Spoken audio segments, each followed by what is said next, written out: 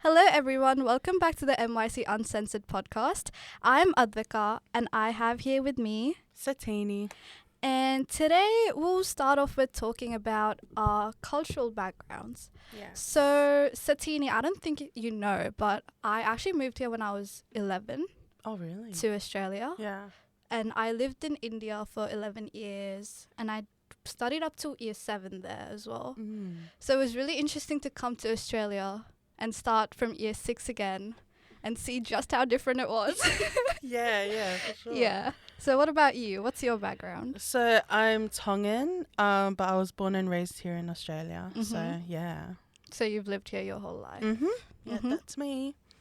So what that makes me think of is like how diverse everyone is in Australia. Because honestly, sometimes I forget that I've moved just because I see so many people from Yeah. my community as well as other like ethnic communities. And it's really easy to just spot exactly how multicultural we are as a country as well. And I feel like that's really what Australia's all about.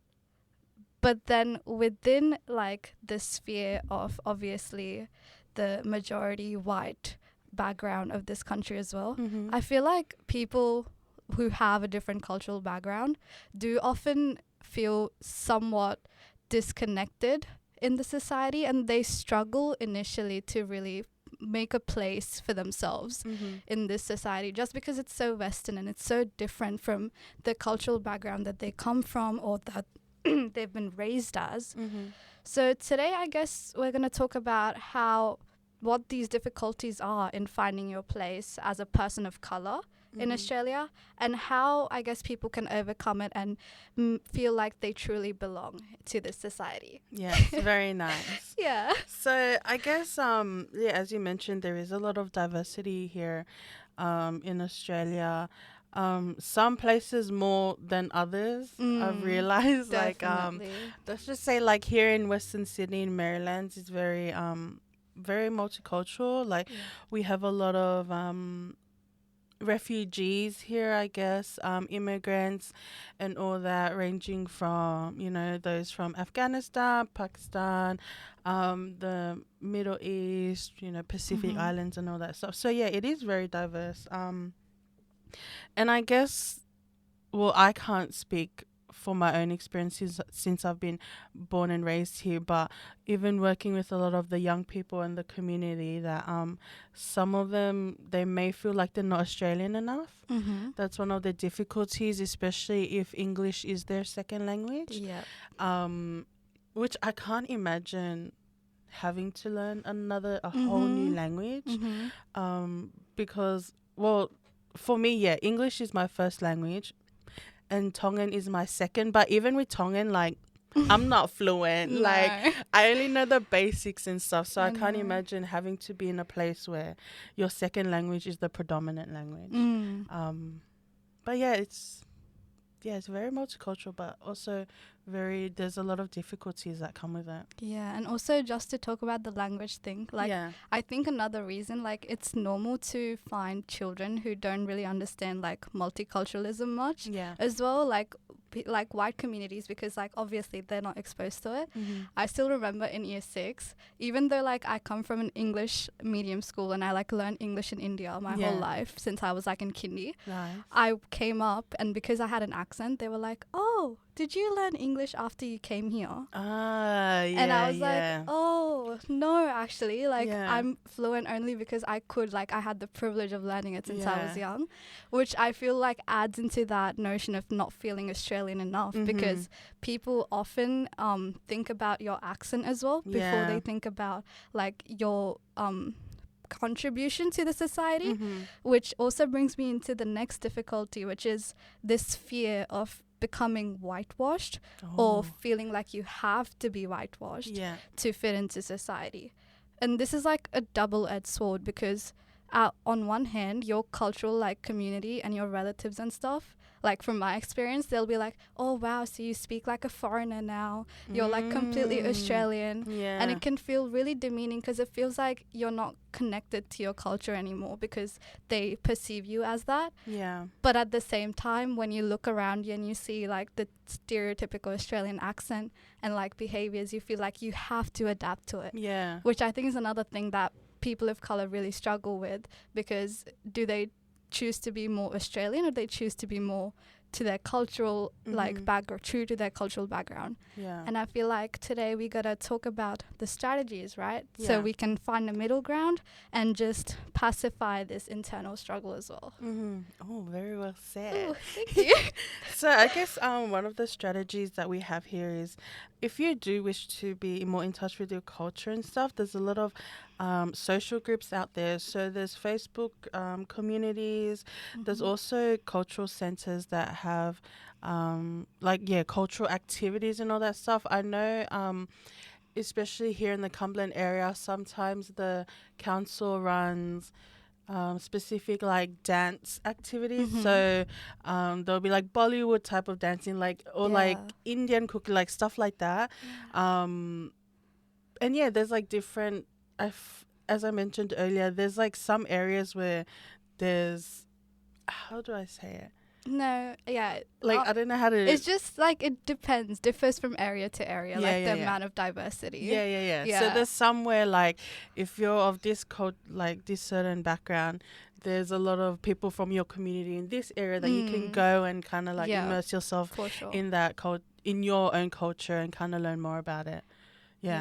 Like I know Western Sydney especially is really good for Indian people and Indian communities and just like South Asian in general because they celebrate like all the big holidays, like the festivals like Diwali, Holi, and it's like really fun, guys. It is.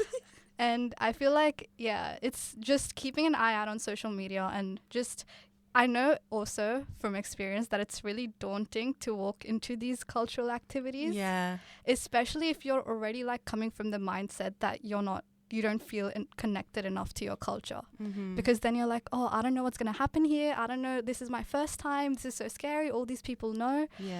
But I think just taking a moment to like redefine it as a learning experience, because really that's what it is. And taking that mindset into just attending these cultural activities and like immersing yourself in it will just help you like rebuild any connection that you think you've lost as well. So just like keeping an eye out on social media. And even like if you're in university and stuff, there's a lot of those clubs and societies that are related to your culture, so you could always join those type of things. I know. I'm excited to join the Indian Society. I love that. I'm so excited.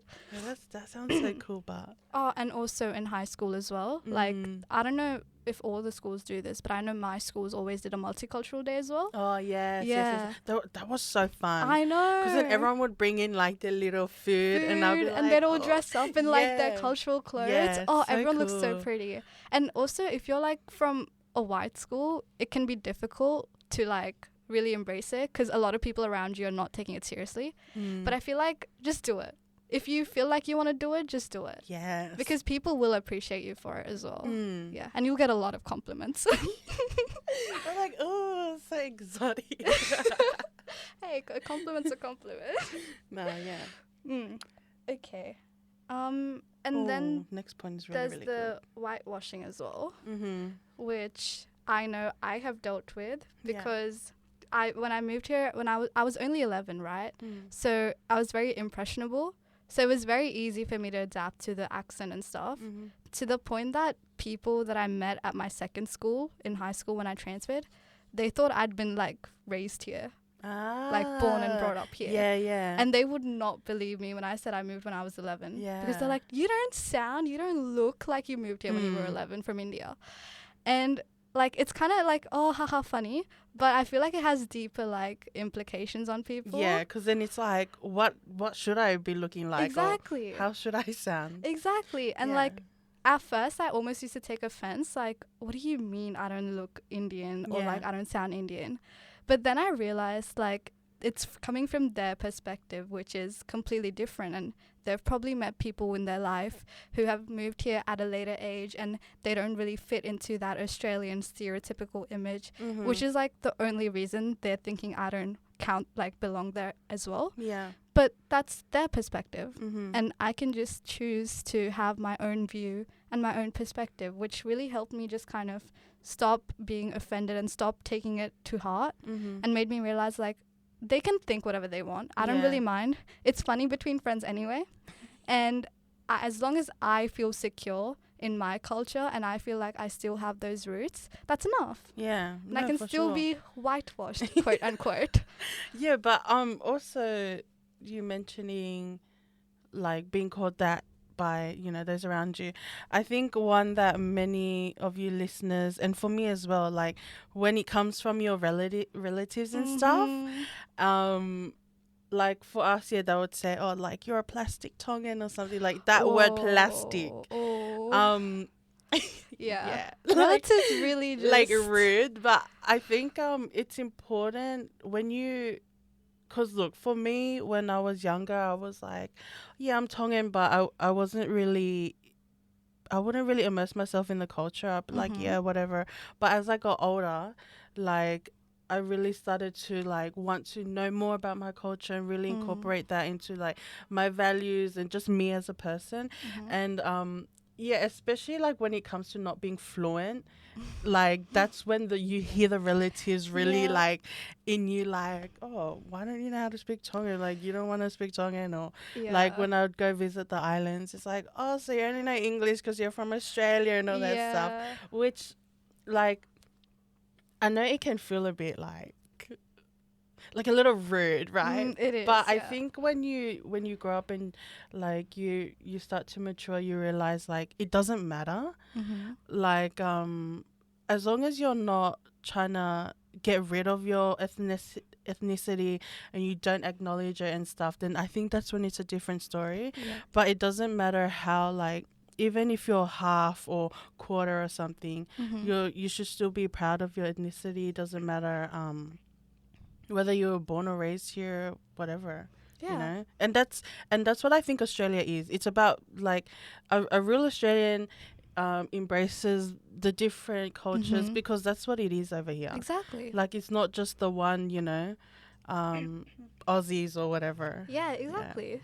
I mean, we're like a multicultural country. That's what everyone calls us. So that's so true. Like, there's no like fixed way you're supposed to be if you're from a certain cultural background or if you're trying to fit in. You can just be you. Literally. And also, there's like the opposite of the whitewashing, where you feel like you have to be whitewashed to fit in, because you see everyone with their Aussie accents, you see everyone behaving with like the Aussie culture and stuff, and you're like, wait, I don't think I like fit in there. And like when I first moved, that's what I felt like, because I went to a white high school first and then I moved into a selective.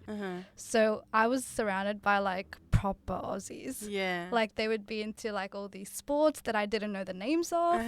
They would like talk perfectly, and I was out there in my Indian accent because I was still learning.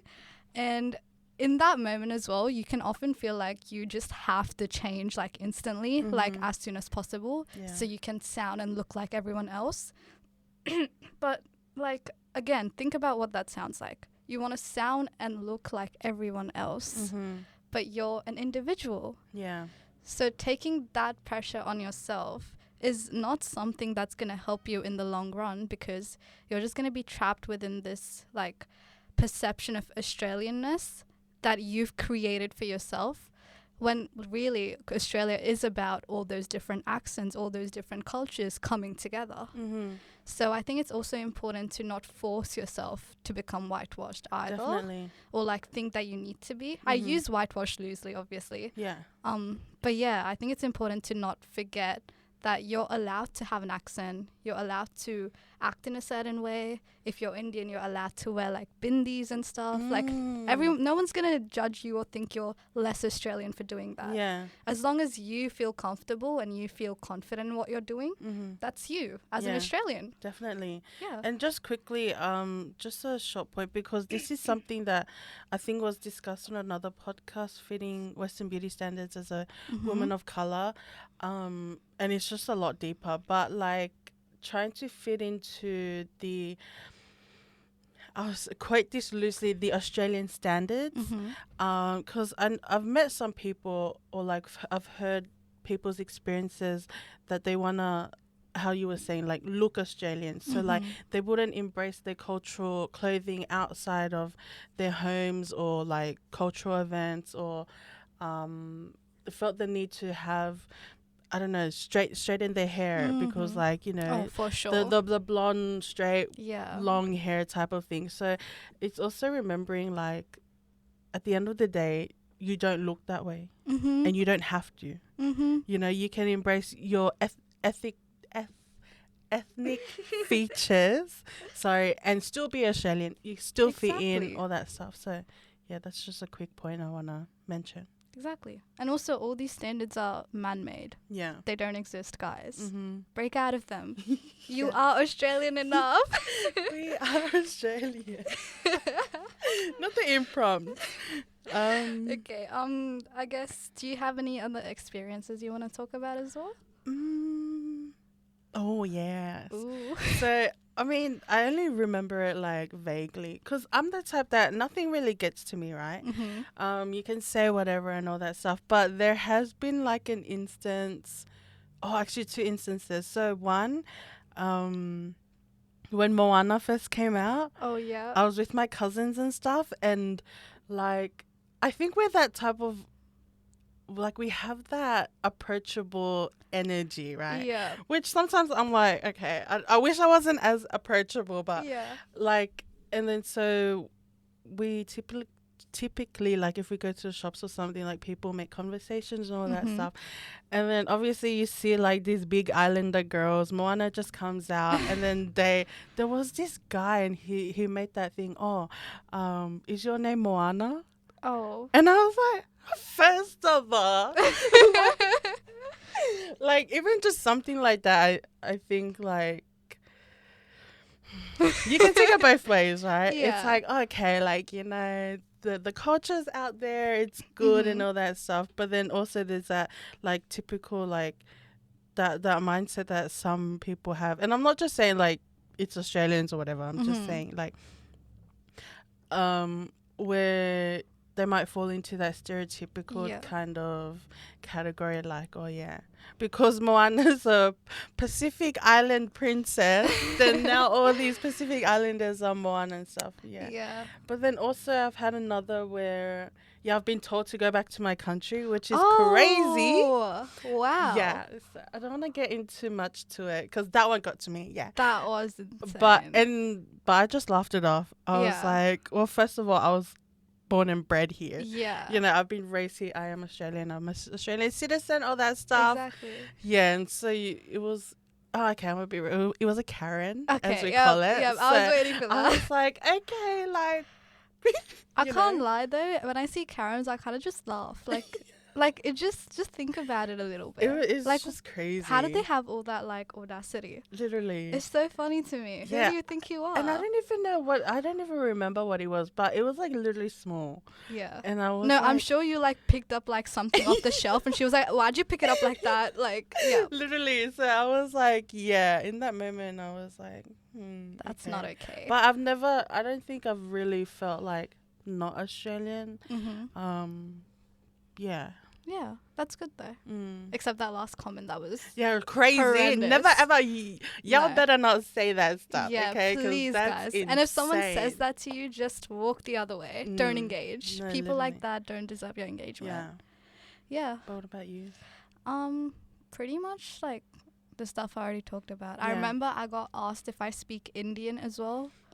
And I really had to like take a moment and realize that all of those TikToks I saw were actually real and that people do actually ask questions like these. Yeah. And I had to explain to them, listen, India actually has a lot of languages and Indian is not one of them. Yeah. But yeah, I feel like nothing as crazy as your one. Yeah. Just like, I feel mine was more like microaggressions probably. Yeah, there's a lot of that. Yeah, and also when I first came, which is when it used to happen more because I was like proper like glasses, like hair pulled back, frizzy hair, like Indian accent, like proper Indian, like fresh off the boat, right? But back then also I couldn't understand Aussie accents too well. So I feel like a lot of it just flew right over me, which I'm grateful for. But yeah, I used to go to like a white dance studio as well. And like, it's just like kind of like, I always felt like I wasn't really part of them, which I can understand would be like for a couple of reasons, because obviously they've all been dancing a lot more than I have in Australia and stuff. But I feel like it was always a part of it, the like ethnicity part of it as well. Yeah. But yeah, I don't know. I've just grown over it. Yeah. It's just like you said, I think you just need to mature and become your own person, and then you can just handle it a lot better than you thought you could. Yeah. Yeah. No, definitely. Which brings me to ask, if any of you have had any of these experiences, then please share it with us. Yes. Because it'll be interesting to see like whether you have had difficulty, you know, with feeling too Australian or not feeling Australian enough, whatever that means. Yeah, we want to be able to hear your experiences and stuff. Yeah. And we'd like to help you out as well. And hopefully these strategies help all of you out there who ever had any of these thoughts to understand that you're just you and you're enough to be Australian. Yes. I love that.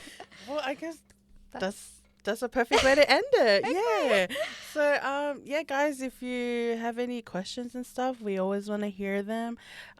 Be sure you can ask us through our Instagram, NYC_uncensored, or send us an email at nycuncensored@gmail.com. But other than that, stay safe and we'll see you next time. See you next time. Bye, guys. Bye.